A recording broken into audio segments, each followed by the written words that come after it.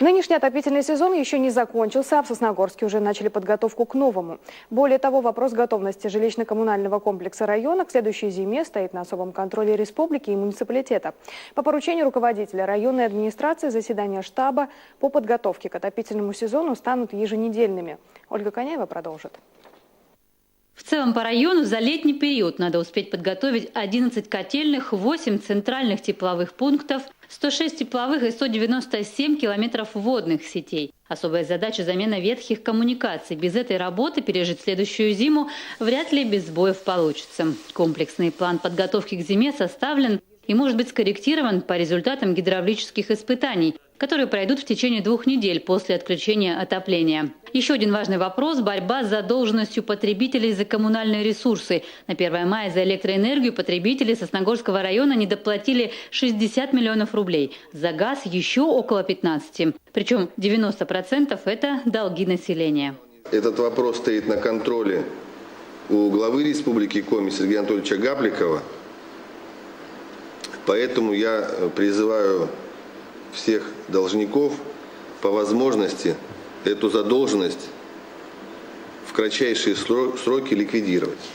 В этом году претензионная исковая работа по взысканию долгов не только продолжится, но и будет усилена. Ведь недополученные средства мешают ремонтной кампании. Сосногорский водоканал, например, только в Нижнем Одессе не досчитался 16 миллионов рублей. Из них 15 600 – это население.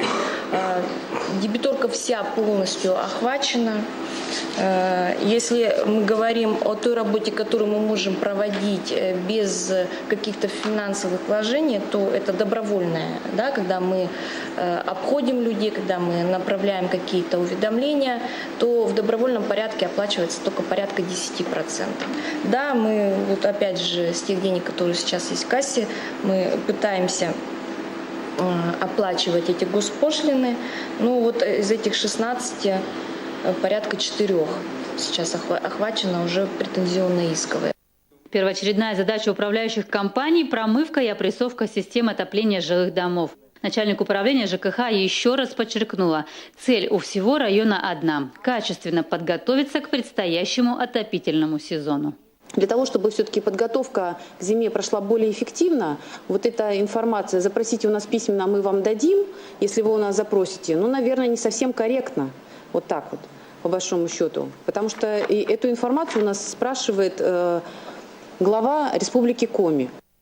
К слову, тематика неплатежей в сфере ЖКХ находится на особом контроле главы республики. На последнем заседании правительства руководитель региона назвал недопустимым размер долга и поручил муниципалитетам решить проблему в течение лета. Осенью вопрос снова вынесут на заседание Кабинета министров. И если ситуация на местах не изменится, местные бюджеты лишатся части субсидий от республики. При этом глава добавил, долги за коммунальные услуги никак не должны отразиться на плановых объемах ремонта ветхих сетей и инженерной инфраструктуры. Ольга Коняева, Константин Куратов, Павел Дурников. Вести Тимана, Сосногорск. Специально